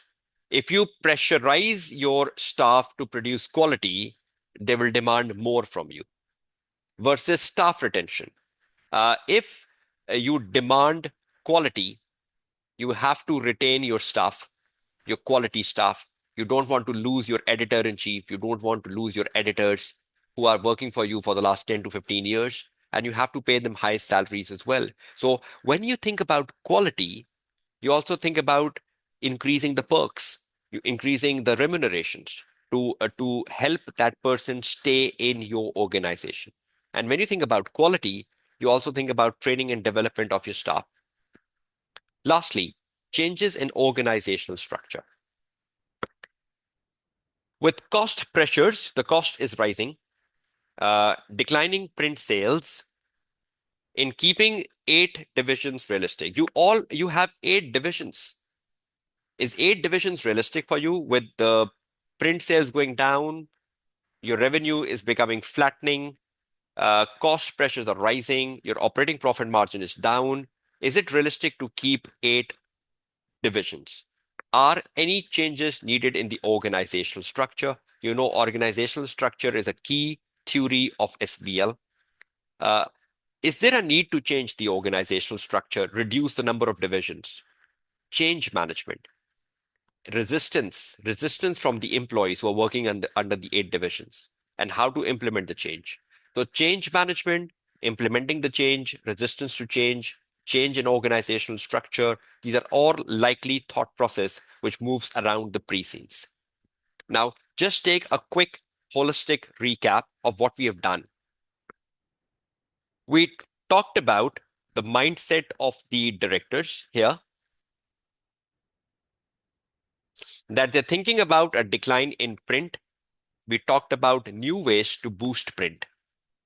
We talked about uh, how the in-house printing can be outsourced. Number two, we talked about cost cuttings. Where can we do the cost cuttings? We talked about cost cuttings in 8 divisions we are running. We talked about reducing the cost by outsourcing the in-house print function. We talked about enhancing the digital experience by having more mobile-friendly digital editions. We talked about shoppable links. We talked about affiliate marketings. We talked about upgrading the digital publishing platform. We talked about a boost in revenue, again, coming from affiliate marketings, coming from events. A lot of events can be held by Merceh to boost revenue, and a lot of affiliate marketing can come in. We talked about answerable to institutional investor. And sorry, we also talked about subscription, paywalls, the soft paywalls, the adaptive paywalls, and the hard paywalls. We talked about answerable to investors, integrated reporting, industry consolidation, publishing quality material, and changes in organizational structure. And I've given you a summary of each one of them on the pages you are looking for. So this is my summary of pre-scene. This is my analysis of pre-scene. This is what's going through a director mindset. I did introduce some important terminologies which could be important for the day of exam. First of all, we use this terminology, physical plus digital experience. So that is a terminology known as Figital. So you need to bring the Figital experience to your print edition. QR codes, AR codes, we use this terminology as well. We talked about coffee table quality. You can use these terms in exam day. Premium medium by enhancing the quality of your print edition. And we talked about search engine optimization as something important that's also given in the pre-scene as well. We talked about affiliate marketing as a new concept. We talked about events as a new concept, so you can learn this as well. And I've given you links to explore. I've shown you the crown from Singapore, the billionaire from Singapore, how they're using that immersive technology and how events can boost up your sales as well. We talked about roughly 76% newspapers in America is using the pay walls and what sort of pay walls can come in. So I hope that will enhance your knowledge as well. Now, few last things before I wind up and take your questions as well. Look at this, something which will interest you. Can you see on the screen a new file? Look at the title of this new file. Selective models based on pre-scene limited information for better absorbing the pre-scene content. I always give this to my students. I develop summaries of some models which can be extracted from pre-scene. Now, when I was reading pre-scene, I extracted some models which you can read. Number one, use of AI by Merceh. AI and the ethical side. What is an ethical side of AI? Because you know that's syllabus area for SBL. 6 capitals of integrated reporting on page number 5. Cultural web of Mercey Co on page number 6, SWOT analysis of Mercey Co on page number 7, pestle analysis of Mercey Co on page number 8, Port of Five Forces on page number 9, and sustainable practices in magazine industry. What are sustainable practices in magazine industry? That will open your mindset that what exactly is happening in the magazine industry and what can come in the exam. What exactly magazines are doing to portray uh, the sustainable practices. That's on page number 10. Now, this is a document which you will read yourself. I'm just showing you it. See over here. Use of AI by Mercey. What can they do? They can do content creation using AI. They can use audience engagement and marketing using AI. They can use digital and multimedia development through AI. And they can ensure sustainability through AI because that will reduce the carbon footprints. AI and the ethical side. If they use AI, what is the ethical side of it? Number one, the content accuracy and trustworthiness. How much trust I can place on the content being published by Mercey? What if it's been taken from somewhere? Plagiarism. Bias and fairness as another factor of AI being used in the magazine industry. Transparency, privacy and data protection, and intellectual property. I must have taken anyone else's work and claimed this is my work. Workforce, the impact on the workforce, because if I'm using AI, I need to downsize my workforce. I need to lay off my workforce. Stakeholder impact, uh, whether the stakeholder would like that or not, I need to think of that. And conclusion. Please read through it. You will get a very good idea about how AI have a positive impact and a negative impact. Then you have 6 capitals of integrated reporting on the basis of the information given. I tried finding out the financial capital, manufactured capital, intellectual, human, social, nature. I hope that can help you out.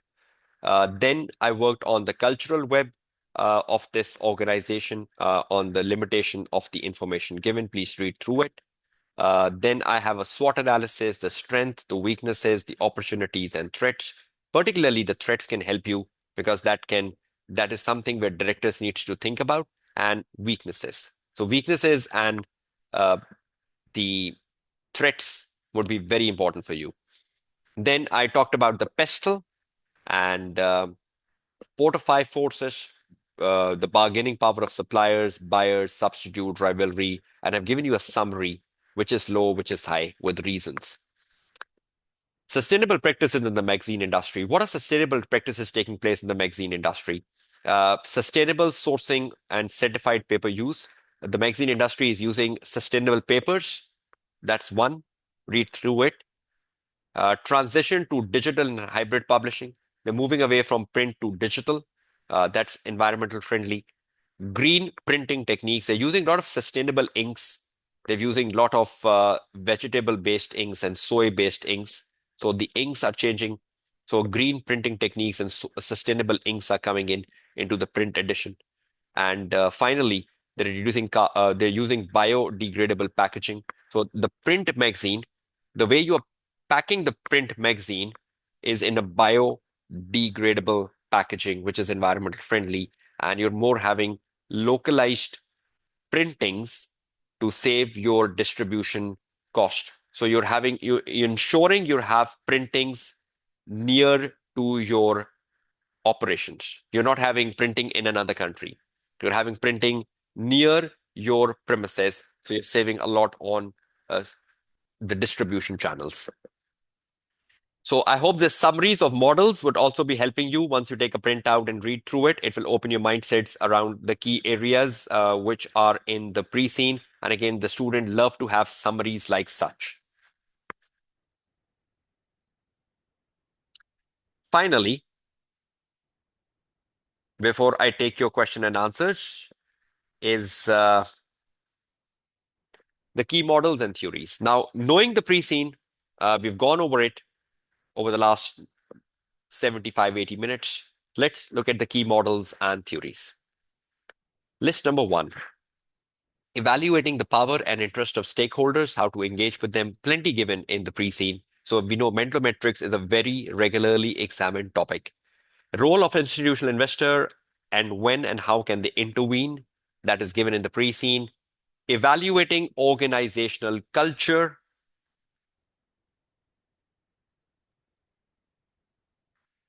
Evaluating organizational culture, particularly the impact of new technologies, use of AI, use of data analytics, and digital first on organization. There is a paragraph in the pre-scene which we read today, which tells about impact of technology on organizational culture. Their staff is working only 2 days in the office, and for the rest of the days they work at home. So there is already an impact on the organizational culture. And with more AI coming in, with more data analytics coming in, and with more digital first coming in, there will be an impact on organizational culture. So please do read that article as well. More roles and benefits of integrated reporting. You will get everything in PDF after the session ends today. So don't worry about taking notes. Everything will be shared in the WhatsApp group. Evaluate the 6 capitals of integrated reporting, change management, change around organizational structure, any change taking place, and a question around change management. We know how frequently that is asked in SBL. Risk management, something about the Tara model, the risk is given to you and you have to take the risk mitigation. Evaluating the role of risk committee because they have it for better risk management. Developing a risk register because a lot of risk has been given in. You have a risk committee, voluntary risk committee. What about developing a risk register? You know, a student in SBL should know how to develop a risk register.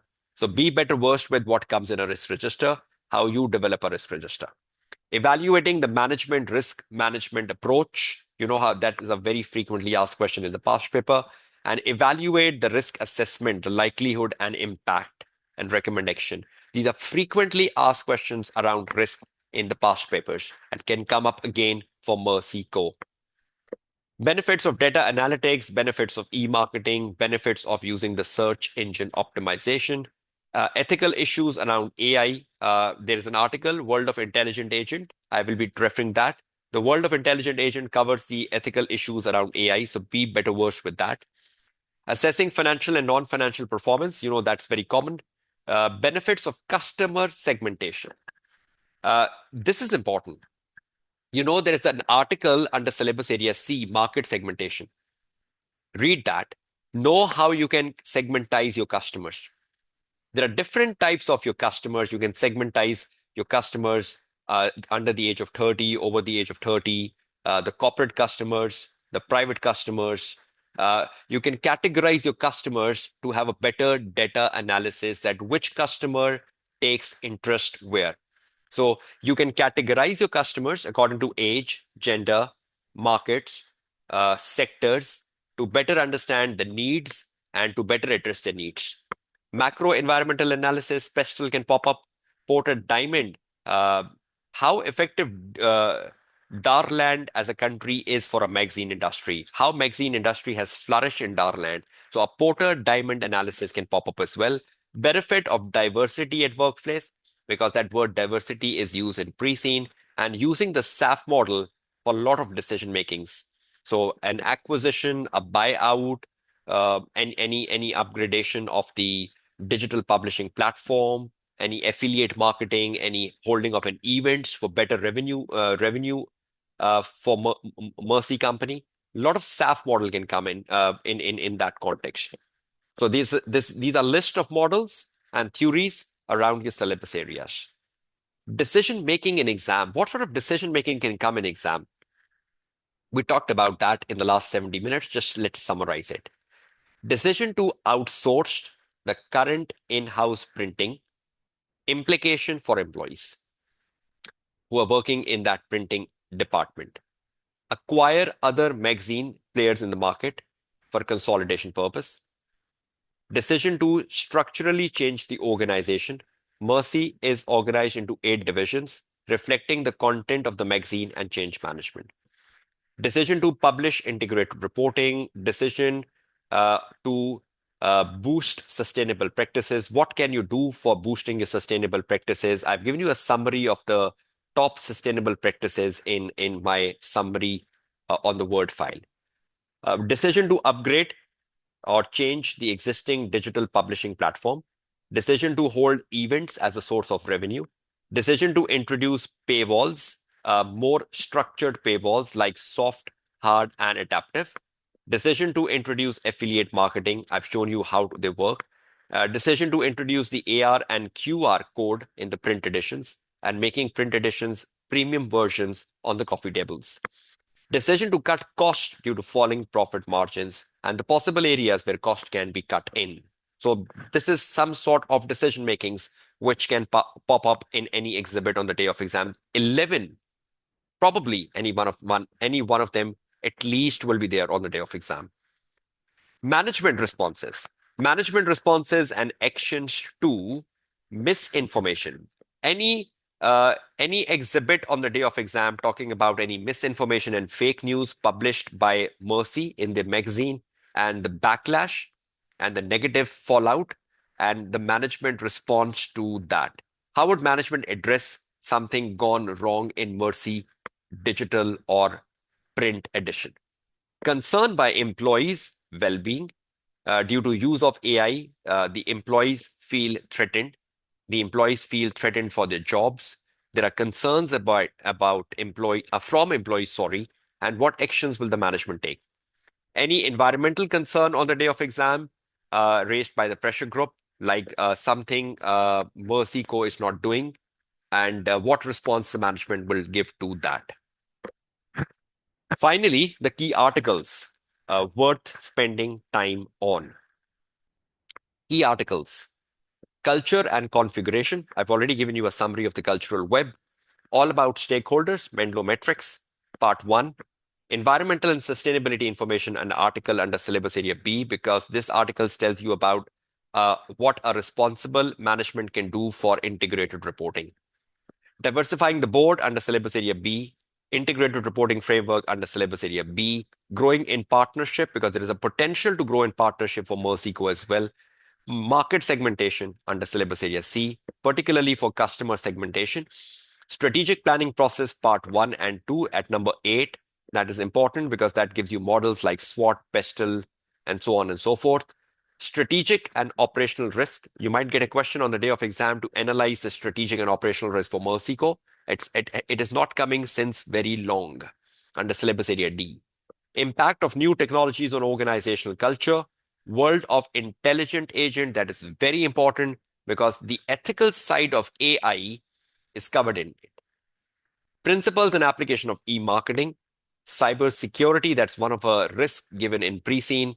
Applying the big data, we know that is something given in pre-scene as well, particularly around your digital publishing platforms. Assessing organizational performance. A lot of, a question on that is like very common in SBL. Now that is the 15 articles on your screen. So I've given you the key models, key theories. I've given you the key decisions, which can come on the day of exam, management actions and responses. I've given you the key articles to read. I have given you the summaries of the key models. I've given you my own summary of the pre-scene.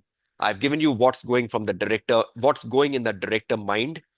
And I've given you a lot of new terminologies like physical and digital experience becoming the physical experience, affiliate marketing, events, the AR code, QR code. This is all what's happening in the magazine industry at present, even the paywalls. So be familiar with the buzzwords. Be familiar of using these buzzwords in your answer so the examiner know you're well versed with magazine industry.